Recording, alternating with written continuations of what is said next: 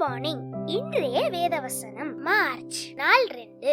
வேதத்துல யோவான் 10 அதிகாரம் 10 நானும் அவைகளுக்கு ஜீவன் உண்டாயிருக்கவும் அது பரிபூர்ணப்படவும் வந்தேன். ஆண்டவர் இந்த வசனத்துல ஜீவனை குறித்து பேசுறாங்க. ஸோ ஜீவன் அப்படின்னா என்னது? உயிர். ஸோ ஆண்டவர் நமக்காக இந்த உலகத்திற்கு நான் செஞ்ச பாவத்திற்காகவும் நம்ம செஞ்ச பாவத்திற்காகவும் அந்த கல்வாரி சிலுவையில் தன்னுடைய ஜீவனையே கொடுத்துருக்காங்க.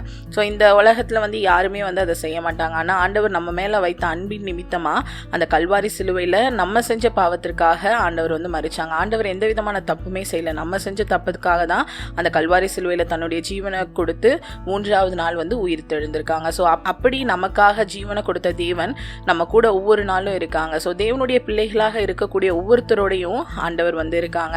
அப்படி ஆண்டவருடைய நம்ம வாழ்க்கையில எப்படி வாழ்றோம் அப்படின்றது மிகவும் முக்கியமான காரியம். ஸோ தேவனுக்கு பிரியமான வாழ்க்கை நம்ம இடத்துல இருக்கா அப்படின்றத யோசித்து பார்ப்போம். ஸோ ஆண்டவரை நாங்கள் அறிஞ்சிருக்கோம்னு சொல்லியும் ஆண்டவருடைய குணங்கள், ஆண்டவர் இந்த உலகத்தில் வாழும்போது எப்படிலாம் வாழ்ந்தாங்களோ அப்படிப்பட்ட குணங்கள் நம்ம கிட்ட இல்லைன்னா கண்டிப்பாக நம்ம கிட்ட தேவன் இருக்காங்களா இல்லையான்றத நம்மளே யோசித்து பார்க்க வேண்டியது மிகவும் முக்கியமாக இருக்குது. ஸோ நம்ம கூட ஆண்டவராகிய இயேசு கிறிஸ்து இருக்காங்க அப்படின்னா தேவனுக்கு பிரியமான காரியங்களை மட்டும்தான் நம்ம செய்கிறவர்களாக காணப்படணும். ஆண்டவருக்கு பிரியம் இல்லாத காரியத்தை செஞ்சுட்டு ஆண்டவருடைய பிள்ளை அப்படின்னு சொல்லிட்டு நம்ம சொல்ல முடியாது. ஸோ நீங்கள் தேவனுடைய பிள்ளைகளாக இருக்கீங்கன்னா ஆண்டவருக்கு பிரியமான காரியங்களை மட்டும் உங்களோட வாழ்க்கையில் செய்கிறவங்களா காணப்படுங்க.